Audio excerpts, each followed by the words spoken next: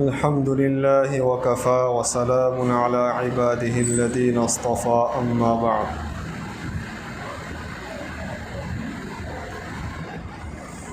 दुरूद शरीफ पढ़ लो।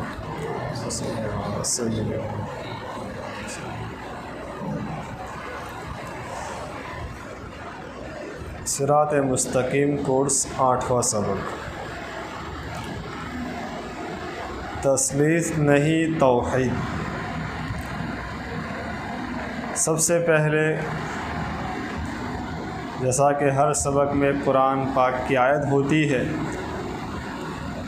इसी तरह पहली कुरान मजीद की आयत अऊज़ु बिल्लाहि मिनश शैतानिर रजीम बिस्मिल्लाहिर रहमानिर रहीम या अहलल किताबि ला तग़लू फ़ी दीनिकुम वला तक़ूलू अलल्लाहि इल्लल हक़्क़ इन्नमल मसीहु ईसा इब्नु मर्यम रसूलुल्लाहि व कलिमतुहु अलक़ाहा इला मर्यम व रूहुम मिन्हु फ़आमिनू बिल्लाहि व रसूलिहि वला तक़ूलू सलासा इंतहू खैरन लकुम इन्नमल्लाहु इलाहुन वाहिद सुब्हानहु अन यकून लहू वलद लहू मा फ़िस समावाति व मा फ़िल अर्द व कफ़ा बिल्लाहि वकीला। तर्जमा सुनिए। अहले किताब अपने दीन में हद से न बढ़ो। अहले किताब से मुराद यहूद और नसारा, क्योंकि इन्हीं दोनों के पास किताबें थी और कोई ऐसी कौम नहीं थी जिसके पास कोई आसमानी किताब हो। तो अहले किताब अपने दीन में हद से न बढ़ो और अल्लाह के बारे में हक बात के अलावा कोई बात न कहो। मसला ये था कि यहूदियों ने हज़रत उज़ैर को बेटा बना लिया। इसी तरह काफिर और मुशरिक लोगों ने जितने भी फरिश्ते हैं उनको अल्लाह तबारक व तआला की बेटियां करार दिया, और जो ईसाई हजरत थे उन्होंने हज़रत ईसा को अल्लाह तबारक व तआला का बेटा करार दिया। वक़ालतिल यहूद उज़ैरुन इब्नुल्लाह वक़ालतिन नसारा अल मसीह इब्नुल्लाह। कुरान कहता है। तो अल्लाह तबारक व तआला यहाँ ईसाई हजरत से कह रहा है, क्योंकि ईसाइयों का अक़ीदा है कि अल्लाह तीन मिल कर एक है। एक अल्लाह, एक जिब्राइल और एक हज़रत ईसा। इन्हीं ईसाइयों में दूसरा फ़िरका है जो कहता है कि एक मरियम, एक ईसा और एक अल्लाह।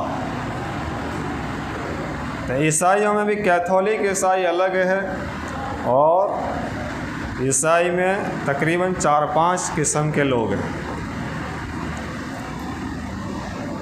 मसीह ईसा इब्न मरियम तो महज़ अल्लाह के रसूल थे।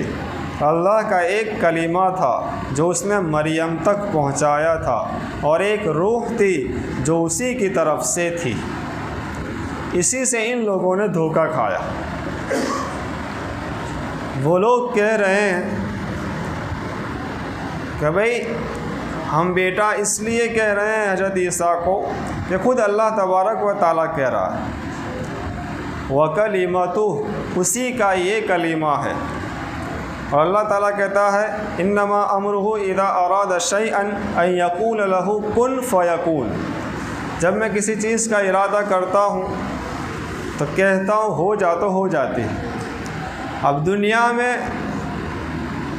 जितने भी लोग पैदा होते हैं तो असबाब है, एक मर्द और एक औरत का, और निकाह शरई, उसके बाद औलाद वजूद में आती है। लेकिन ईसा का कोई बाप नहीं। तो ये अल्लाह का कलीमा, और कुरान कह रहा है रूह, गोया कि अल्लाह तबारक व तआला नऊज़ बिल्लाह बाप है। हुआ ऐसा कि अल्लाह तबारक व तआला अपनी कुदरत को बयान करना चाहते थे, लिहाजा मरियम अलैहिस्सलातु वस्सलाम कोई शादी नहीं हुई उनकी। अल्लाह तबारक व तआला ख़ुद कुरान में इरशाद फरमाते हैं, फ़नफ़ख़्ना फ़ीहि मिन रूहिना, हम ही ने उनके अंदर रूह को फूंका। जिब्राईल अलैहिस्सलाम को इंसानी शक्ल में भेजकर मरियम अलैहिस्सलाम की आस्तीन में फूंक मारी। हज़रत मरियम को आम औरत की तरह 8 या 9 महीने गुजारने की कोई ज़रूरत पेश नहीं आई। जैसे हज़रत जिब्राईल ने फूंक मारी अल्लाह तबारक व तआला की तरफ से, फ़ौरन वो हामिला हो गई। दर्द ज़ेह यानी बच्चे का जो दर्द उठता है वो उठा।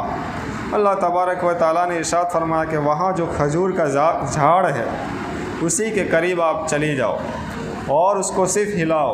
अल्लाह तबारक व तआला ने फ़ौरन ताज़ा खजूरें बरसाई और पानी को जारी किया।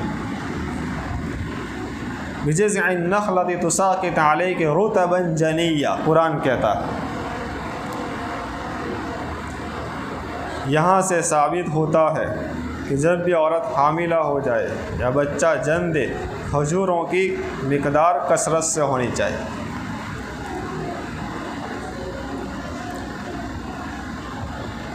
तो ये वाक़या पेश आया असल।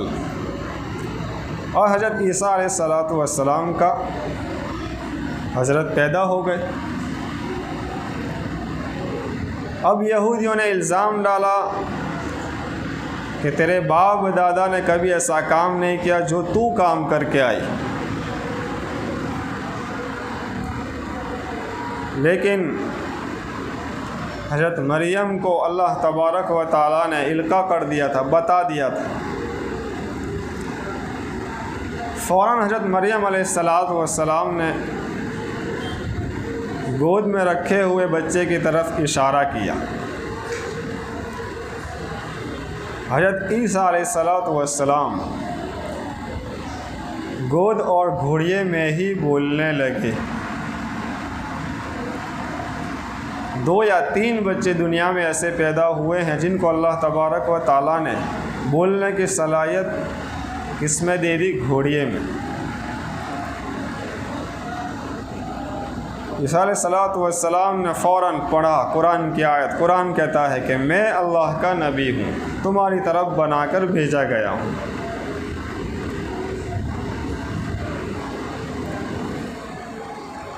तो अल्लाह तबारक व तआला ईसाई हज़रात से, इसी तरह अहले किताब से कहते हैं कि खुदा तो सिर्फ़ और सिर्फ एक ही है। इन्नमल्लाहु इलाहुन वाहिद वला तक़ूलू सलासा, तुम 3 मत कहो, 3 कहने से बाज आ जाओ, इसी में तुम्हारी भलाई है। और कुछ लोगों ने अक़ल के घोड़े दौड़ाए। तो भाई अक़ल कहती है कि किसी भी लड़के का बाप होना ज़रूरी।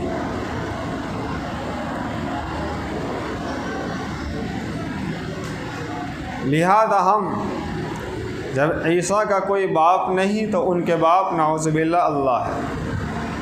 अक़ल यही कहती है। ज़ाहिर सी बात है, अक़ल तो ये भी कहती है कि हर शख्स का दादा भी होना ज़रूरी। अक़ल तो ये भी तो कहती है। अब यहाँ कहाँ जाओगे? यहाँ फंस जाएंगे। इसी बिना पर अभी तक ईसाई हज़रात अपने अक़ीदे को सही तौर पर साबित नहीं कर पाए। जहाँ जहाँ इंटरनेशनल डिबेट हुई है ईसाईयत पर, उनका कोई मुनाज़िर ये साबित नहीं कर पाया कि हज़रत ईसा खुदा या मरियम खुदा या जिब्राईल खुदा।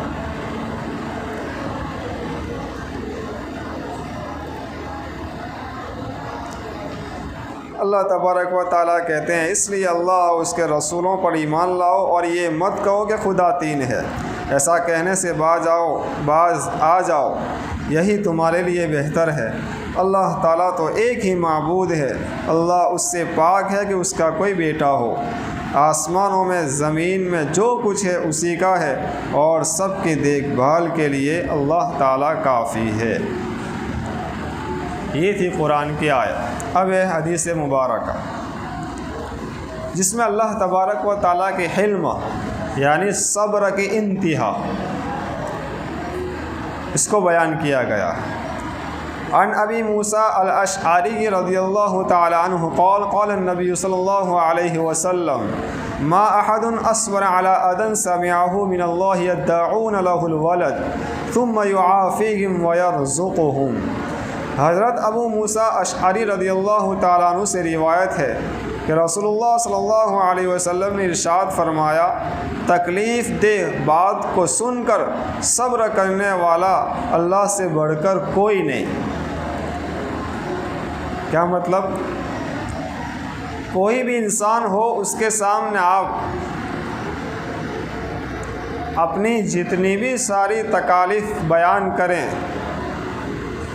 जिन जिन लाइन के एतबार से हो, लेकिन इतना साबिर कोई नहीं, इतना बर्दाश्त करने वाला कोई नहीं जितना अल्लाह तबारक व ताला है।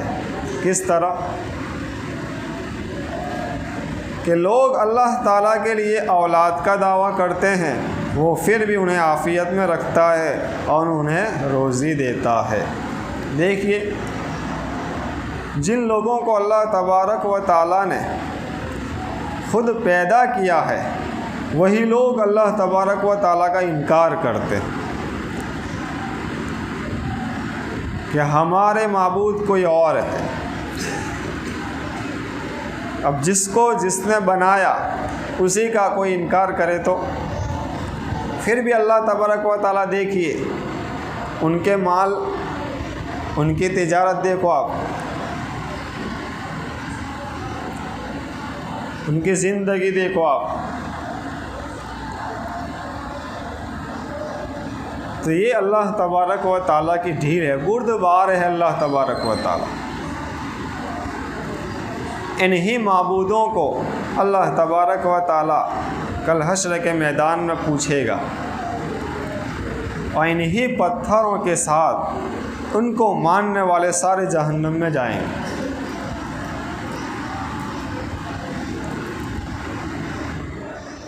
अल्लाह तबारक व ताला का अदल और फ़ज़ल। अल्लाह ताला जिस तरह बंदों के खालिक है, इसी तरह बंदों के अफ़आल के भी खालिक है। यानी जिस तरह अल्लाह तबारक व ताला ने हमको पैदा किया, बिल्कुल इसी तरह हम जो कुछ भी काम करते हैं दुनिया में, वो सबको भी अल्लाह तबारक व ताला ने पैदा किया है। ऐसा नहीं कि हमको पैदा किया और हमारे अंदर किसी के अंदर नेकी का जज्बा है, किसी के अंदर सब्र का जज्बा है, किसी के अंदर सखावत का जज्बा है, तो वो खुद आपने पैदा किया। वो इसके भी खालिक अल्लाह तबारक व ताला है। अलबत्ता बंदों के बाज़ अफ़आल इज़्तिरारी है, जिसमें बंदे के इरादा और इख्तियार, ख्वाहिश, रग़बत का दखल नहीं होता। कुछ ऐसे काम है जिसमें बंदे का कोई इख्तियार नहीं, जैसे रोज़ी। अल्लाह तबारक व ताला ने जितनी लिख दी है इतनी ही मिलेगी, चाहे आप करोड़ों डिग्रियां हासिल कर लो।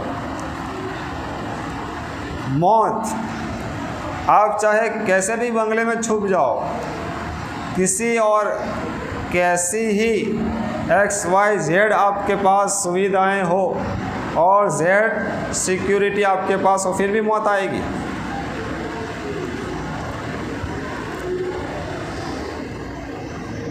और कुछ अफ़आल इख्तियारी है जिसमें बंदे के तबीई शौक़, रग़बत या तबीई नफ़रत और कराहत का दखल होता है, लेकिन कुछ इख्तियार अल्लाह तबारक व ताला ने बंदे को दिया हुआ है। जैसे आँख, अब अल्लाह तबारक व ताला ने इख्तियार दिया है, चाहे अच्छा देखो या बुरा देखो। दिल में जो ख़यालात आते हैं अल्लाह तबारक व ताला ने इख्तियार दिया है, चाहे बुरा सोचो या सही सोचो, ये इख्तियार है। अब इस पर पकड़ होगी, आपने सही काम किया उसका बदला मिलेगा, और आपने इन नेमतों का गलत इस्तेमाल किया तो इस पर पकड़ होगी। तो देखिए, एक है अल्लाह तबारक व ताला का इंसाफ वाला मामला और एक है अल्लाह तबारक व ताला का फ़ज़ल वाला मामला। काम करते वक्त हमेशा अल्लाह तबारक व ताला का अदल अपने सामने रखो, लेकिन मांगो अल्लाह तबारक व ताला का फ़ज़ल। काम करते वक्त अल्लाह ताला का फ़ज़ल अगर आपने अपने दिमाग में रखा तो फिर वही होगा जो लोग कहते हैं, नमाज़ें भी नहीं पढ़नी, कुछ भी नहीं करना और कह रहे हैं कि अल्लाह तबारक व ताला तो बहुत गफ़ूरुर रहीम है। तो काम करते वक्त ये गफ़ूरुर रहीम वाला नहीं, अल्लाह तबारक व ताला अदल है, ये सिफ़त अपने ज़हन में रखो। फमन यअमल मिस्क़ाल ज़र्रतिन खैरन यरह, एक ज़र्रा बराबर भी नेकी की उसका भी वज़न। मन यअमल मिस्क़ाल ज़र्रतिन शर्रन यरह, और एक ज़र्रा बराबर भी बुराई की उसका भी वज़न। लेकिन अल्लाह तबारक व ताला के इख्तियार में अगर किसी गुनहगार को अल्लाह ताला ने माफ़ कर दिया, वो मालिक है, वो कोई जज नहीं है कि उसको कवानीन देखने पड़ेंगे, मालिक है, गुनहगार को माफ़ भी कर दे। अब देखिए गुस्ल की अक़साम, नहाने के। गुस्ल के अक़साम सुनने से पहले आप ये सोचिए, घर में दो चीज़ें ख़ास तौर पर ध्यान रखें। एक होता है गुस्ल खाना और एक होता है इस्तिंजा खाना। इस्तिंजा जिसको टॉयलेट वगैरह भी बोलते हैं, बैतुल खला, और नहाने की जगह को बाथरूम अक्सर बोलते हैं। अब जो ज़माना चल रहा है अक्सर लोग अटैच बनाते हैं, उसमें बहुत ज़्यादा ज़ोर देने की बात है कि दोनों के दरमियान ज़रूर कोई न कोई आड़ होनी चाहिए, चाहे आप प्लास्टिक की मोटी पॉलीथीन के ज़रिए हो या किसी भी ज़रिए हो। वजह क्या है कि उसमें शयातीन की जगह है वो। अब कोई पर्दा ही नहीं है। अब नहाने जब भी इंसान बैठता है बिल्कुल ओपन होकर बैठता है, और नबी ने इस्तिंजा करते वक्त टोपी पहनने का हुक्म दिया, सर ढांकने का हुक्म दिया। बड़ी वजह है उसकी, उसका नुकसान ये होता है कि सबसे पहले बाल झड़ना शुरू हो जाते हैं सर से। जो लोग आदी होते हैं बग़ैर सर ढांके हुए इस्तिंजा खाने में जाने के, उनको ये बीमारी लग जाती है। कभी इंसान ज़्यादातर डिप्रेशन में रहता है, जब भी नबी की किसी भी बात के ख़िलाफ़ आप काम करेंगे ज़रूर नुकसान होगा ही होगा। बहुत सारी वजूहात ये मालूम चली है, खुसूसी तौर पर औरतों के सिलसिले में, क्योंकि है ही शयातीन की जगह। अब जब आपका पर्दा ही नहीं है तो फिर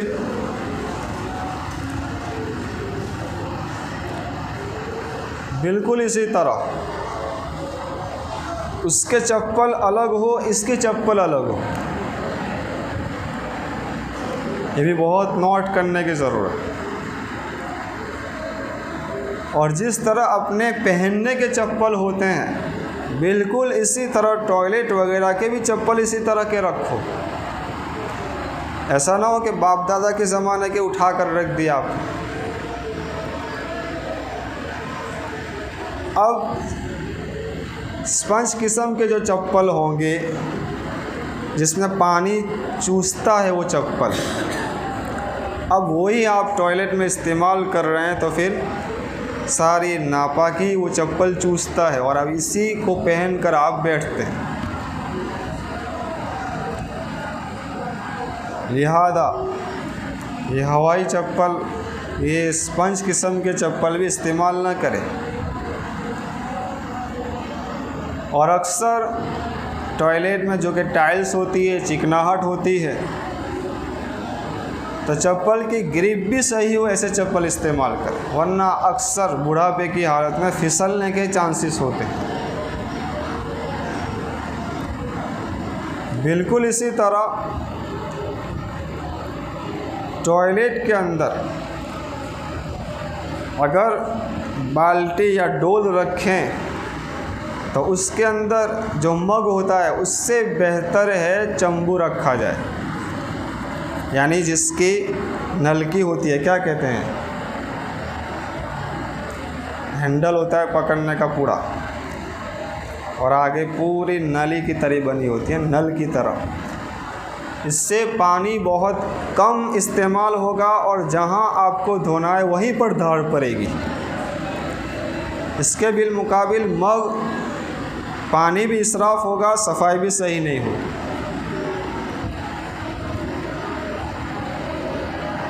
और मेरे शेख जो फरमाते हैं, जहाँ भी जाते हैं, जिस किसी के घर में रुकना होता है,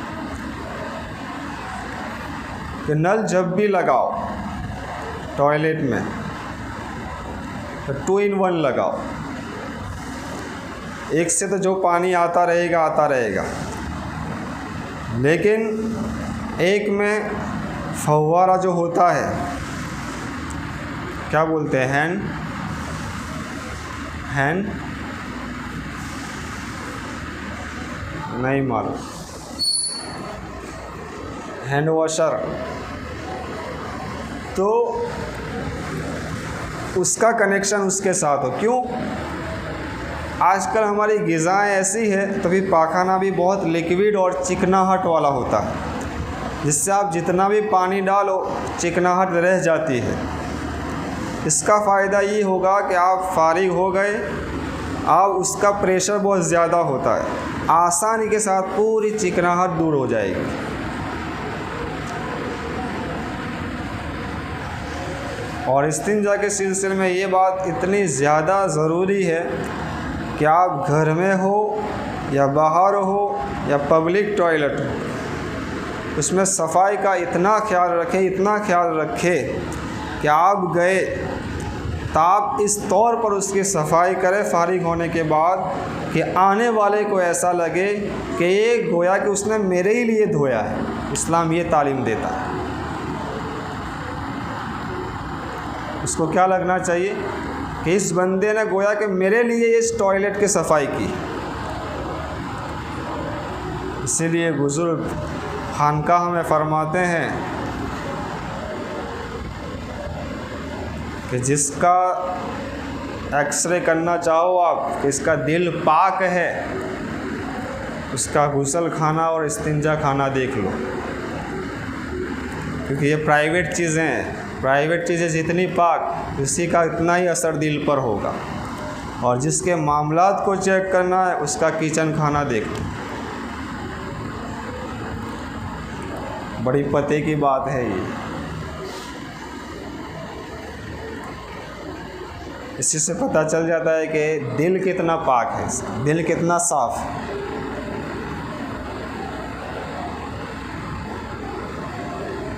तो ये बहुत नोट करने की जगह है। दुआ का ख़ास तौर पर एहतिमाम।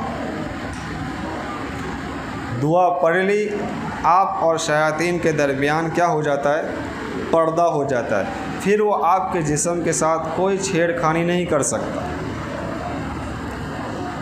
और ख़ुसूसी तौर पर माँ बहनों को उसकी ख़ास ताकीद करे कि कपड़े चेंज करते वक्त, नहाते वक्त, गुस्ल के वक्त ज़रूर दुआ पढ़ लिया करें। बाथरूम में जाने से पहले दुआ पढ़ लो, सिर्फ बिस्मिल्लाह पढ़ लो,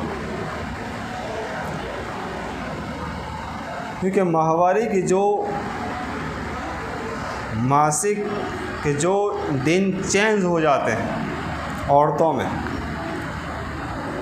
खून का ज़्यादा आना, खून न रुकना। शैतान को अल्लाह तबारक व तआला ने इख्तियार दिया है। नबी करीम सल्लल्लाहु अलैहि वसल्लम ने फरमाया, शैतान इंसान के अंदर खून की तरह दौड़ता। औरतों के अंदर जो रग होती है खून की, उसके साथ वो छेड़खानी करता है। बास किताबों में जिसका नाम हमजाद आया, उस शैतान का नाम, जिसकी बिना पर औरतों को ये तकलीफ़ हो जाती है। लिहाजा अपनी माँ बहनों को खुसूसी तौर पर इसकी ताकीद करें। कपड़े चेंज करते वक्त, पहनते वक्त ज़रूर बिस्मिल्लाह पढ़ लिया करें, ताकि आपके जिस्म के साथ कोई छेड़खानी ना हो। समझ में आई बात? अब आइए गुस्ल खाना।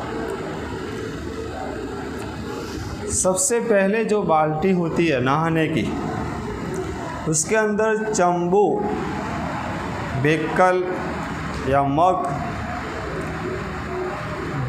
बड़ी साइज़ का मत रखो, दरमियानी और छोटी साइज़ का रखो, जिससे पानी कम इस्तेमाल होगा और आपकी ज़रूरत पूरी होगी। इसके बिलमुकाबिल लीटर के करीब आपने मग रखा नहाने के लिए। अब जिस्म पर तो पानी पड़ रहा है, लेकिन उससे ज़्यादा वेस्ट हो रहा है पानी। अब बाज़ जगह क्या होता है कि बाथरूम में नल नहीं होता, बाहर से पानी लेकर अंदर जाते हैं। उस वक्त आप गुस्ल का जो मज़ा है वो नहीं हासिल कर पाएंगे। लिहाजा डोल के अंदर जो मग हो दरमियानी साइज़ का हो, जिसमें कम पानी आए, तो कम पानी में अच्छा गुस्ल कर पाओ। एक बात ये नोट करनी। दूसरी बात, जो स्टूल हो, टेबल, वो 2-3 इंच ऊंचा ना हो, बल्कि 7-8 इंच ऊंचा टेबल लो। इसका फ़ायदा ये होगा कि उस पर आप बैठोगे तो बिल्कुल इस तरह बैठ पाओ। ये सारे जोड़ अलग होंगे, आसानी के साथ सफाई होगी।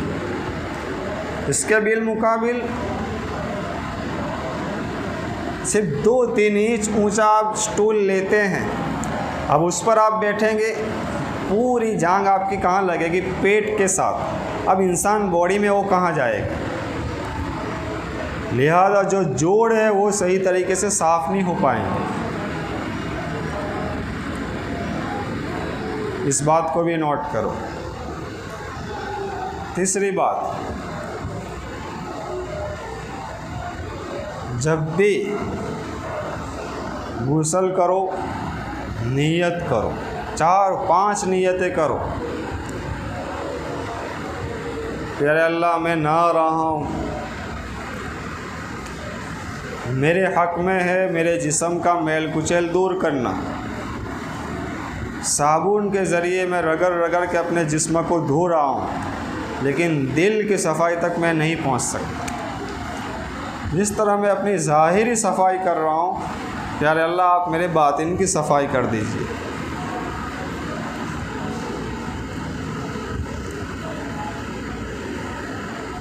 मैं जिस्म के एक उज़्व से अपनी गंदगियों को धो रहा हूँ, प्यारे अल्लाह आप मेरे जिस्म के रग रग से, रुए रुए से गुनाहों को धो दीजिए।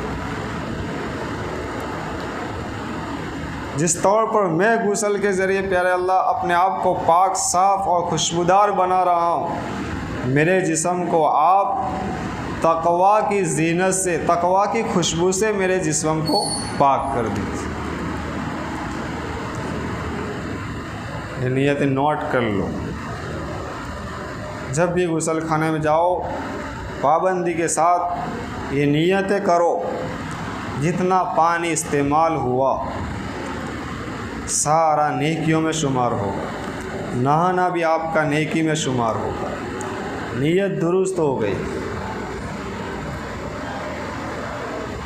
उसके बाद बाथरूम के अंदर ज़रूर बिन ज़रूर कपड़े वगैरह लटकाने के लिए, क्या कहते हैं उसको,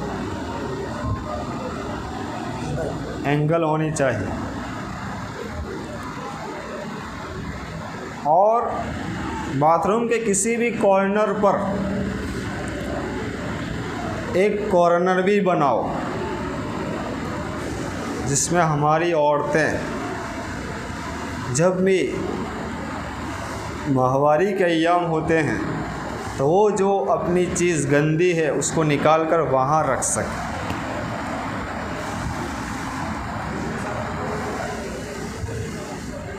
क्योंकि वहाँ नहीं लटकाएगी, नीचे रखेगी तो पूरा बाथरूम गंदगी से आलूद होगा। लिहाजा जब भी घर बनाओ इन डिज़ाइनों को ध्यान में रखो।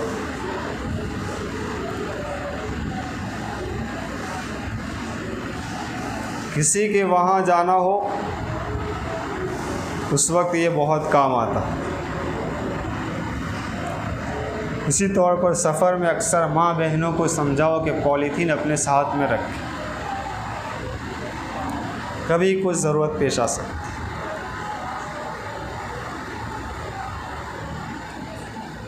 तो बाथरूम के कॉर्नर पर कोई ना कोई पत्थर या किसी का भी एक कॉर्नर ऐसा बना हुआ होना चाहिए जिस पर कोई भी गंदी चीज़ औरतें रख सके आसानी के साथ। बिल्कुल इसी तरह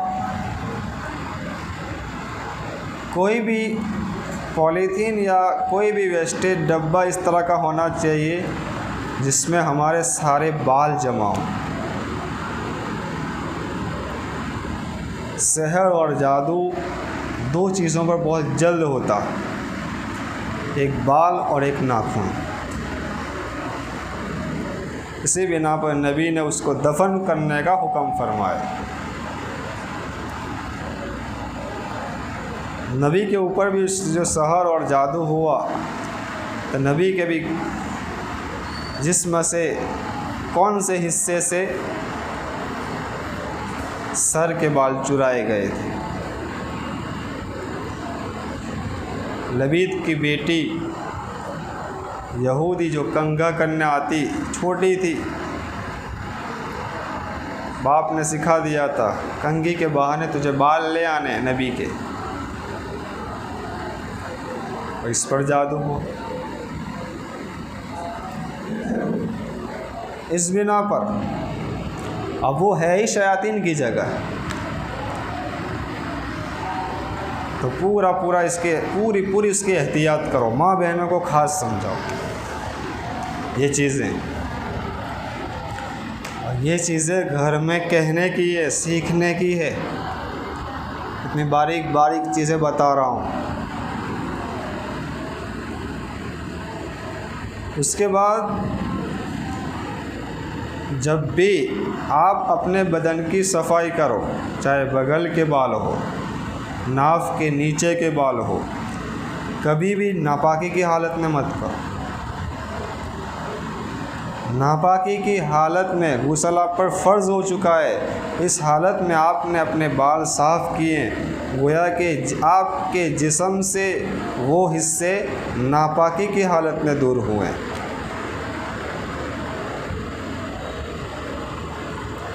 लिहाजा पहले जिस्म को पाक कर लो, उसके बाद उन बालों को साफ़ करो। समझ में आती है ना बात?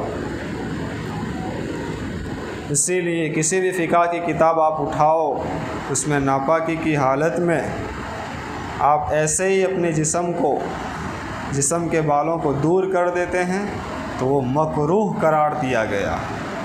फिर उस पर बहुत सारी हदीसें हैं, लेकिन वो सब मन गढ़ंत है। ऐसा कुछ नहीं है कि वो बाल आपके लिए ये वो बाल बनेंगे, ये वो बाल बनेंगे।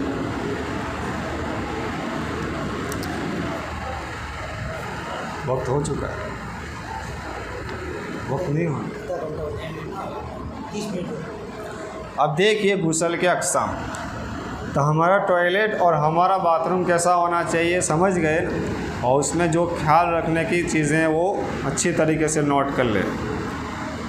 गुस्ल की 3 किस्में। एक तो गुस्ल फ़र्ज़, मर्द पर गुस्ल सिर्फ जनाबत की सूरत में फ़र्ज़ होता है, यानी एहतिलाम हो गया, नाइट फॉल हो गया, इंसान बालिग हो गया, तो उस पर गुस्ल क्या हो जाता है, फ़र्ज़ हो जाता है।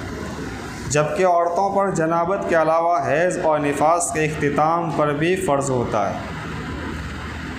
औरत निफास किसको बोलेंगे, डिलीवरी के बाद जो खून आता है वो निफास। ज़्यादा से ज़्यादा मिक़दार 40 दिन के बाद अगर किसी को खून आता है तो वो निफास का नहीं होगा, वो बीमारी का होगा। उसके ऊपर गुस्ल करके नमाज़ पढ़ना ज़रूरी होगी। हमारी माँ बहनें क्या करती है, 10 दिन में किसी को खून बंद हो गया है, उसके बावजूद भी 40 दिन तक नहीं नहाती। हालांकि ज़्यादा से ज़्यादा मिक़दार 40 दिन की है खून आने की, कम की कोई मिक़दार नहीं है। एक दिन में भी खून बंद हो सकता है। बंद हो गया, खून नहीं आ रहा, 1 दिन हो गया, 2 दिन हो गए, 3 दिन हो गए, अब गुस्ल करके नमाज़ पढ़ना उसके लिए ज़रूरी। 40 दिन का वेट नहीं कर सकते। 40 दिन की सूरत उस वक्त है जब 40 दिन के अंदर अंदर खून आता रहा, 1 दिन के बाद फिर आया, 2 दिन के बाद फिर आया। ज़्यादा से ज़्यादा की मिक़दार 40 दिन है। 40 दिन के बाद भी खून आया तो फिर वो निफास नहीं है, वो बीमारी का। बिल्कुल इसी तरह मासिक 3 दिन की आदत फ़िक्स है शुरू से। अब सिर्फ एक मर्तबा में चौथे दिन भी खून आता है तो वो हैज़ का नहीं होगा, वो होगा बीमारी का खून। लेकिन आइंदा 4 और 5 दिन बढ़ गए, फिर समझा जाएगा कि अब अगले महीने की आदत अब चेंज हो गई। इसी बिना पर अपनी औरतों को, बहनों को इन मसाइल से खूब वाकिफ़ कराना ज़रूरी है कि अपना वक्त के साथ टाइम नोट करे कि किस वक्त पर खून आया और कब बंद हुआ है, ताकि मुकम्मल 3 दिन 5 दिन गिनती के शुमार हो। ऐसा नहीं रात में आ गया तो पूरा दिन गिन लिया उससे।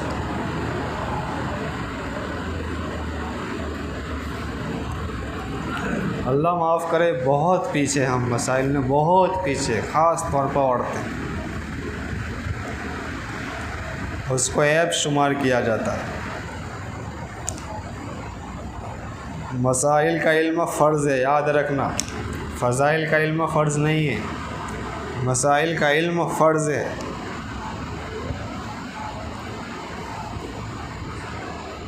तो जब औरत पाक हो जाएगी तो वो गुस्ल उस पर फ़र्ज़ होगा।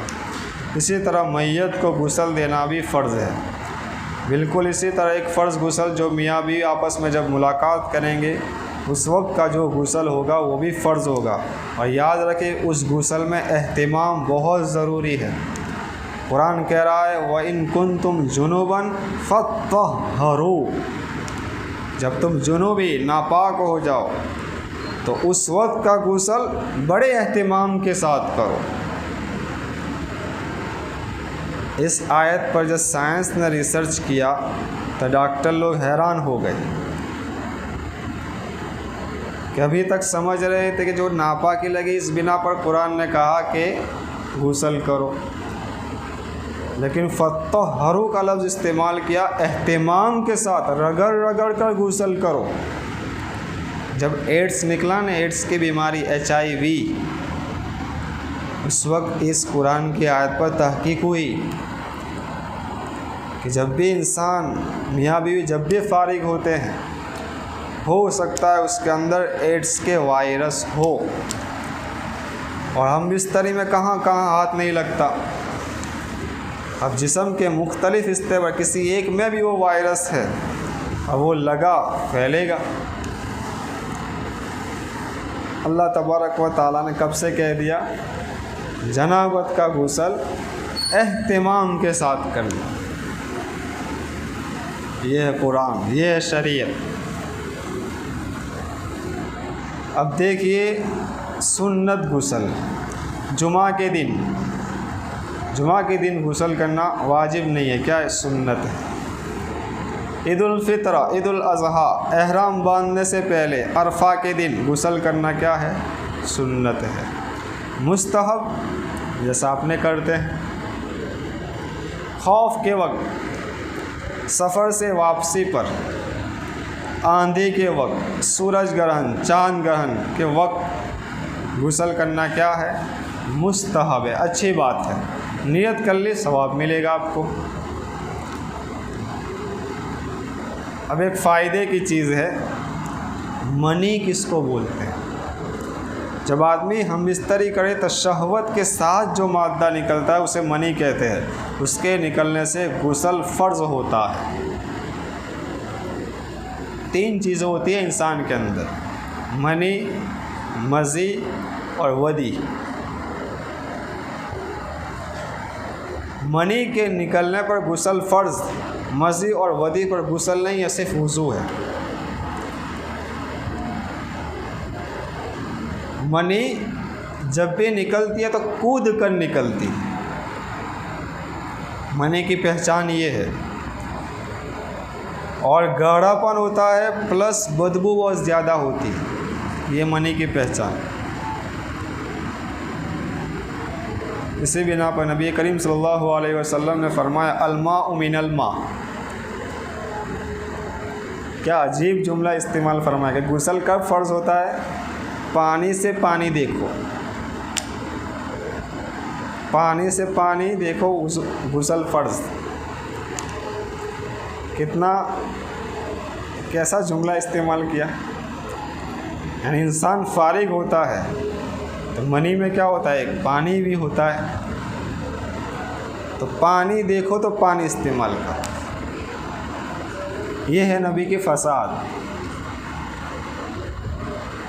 तो मनी इसको कहते हैं। मज़ी किसको कहते हैं?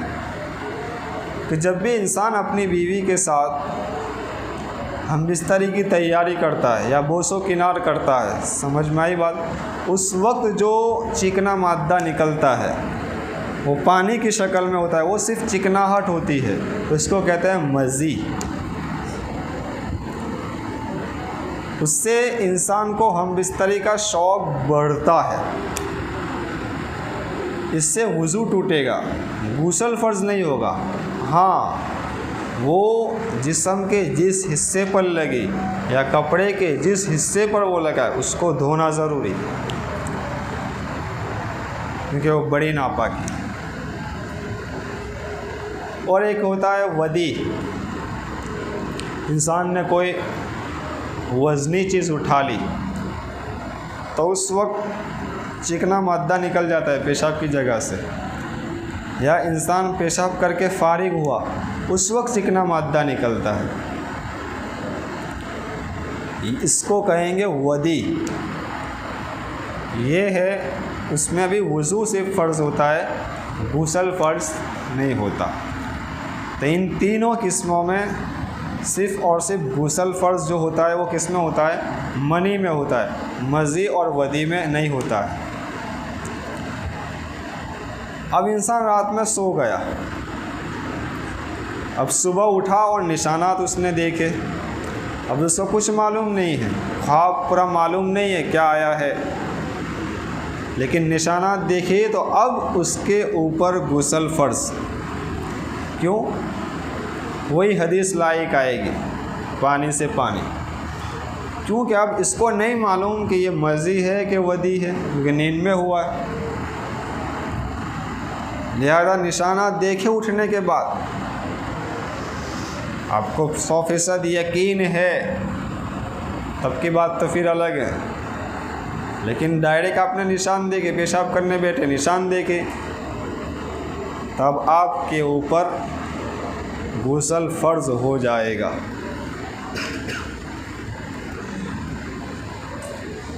मस्जिद में दाखिल होने की दुआ, एक दुआ भी होती है, अल्लाहुम्मा फ़्तह ली अबवाब रहमतिक, अल्लाह मेरे लिए अपनी रहमत के दरवाज़े खोल दे। कितनी बड़ी दुआ है। थोड़ा भी ध्यान लगा कर आप पढ़ो, अल्लाहुम्मा फ़्तह ली अबवाब रहमतिक, अल्लाह मेरे लिए अपनी रहमत के दरवाज़े खोल दे। 5 वक्त आते हो मस्जिद में, किसी एक वक्त भी कबूल हो गई तो रहमत के दरवाज़े खुल जाएं। सिर्फ एक रहमत का दरवाज़ा नहीं है, अबवाब का लफ्ज़ है, दरवाज़े। एक पर इंसान की बख्शिश है, दरवाज़े खोल दिए गए तो फिर इंसान कहाँ से कहाँ पहुँच जाएगा। लिहाजा इस इस्तेज़ार के साथ दुआ मांगे, तर्जमे के साथ। तर्जमा नहीं आता, कम से कम दिल में ये हो इस्तेज़ार, इस दुआ में ये है। अल्लाह तबारक व तआला मुझे भी आपको भी अमल की तौफ़ीक़ अता फ़रमाए।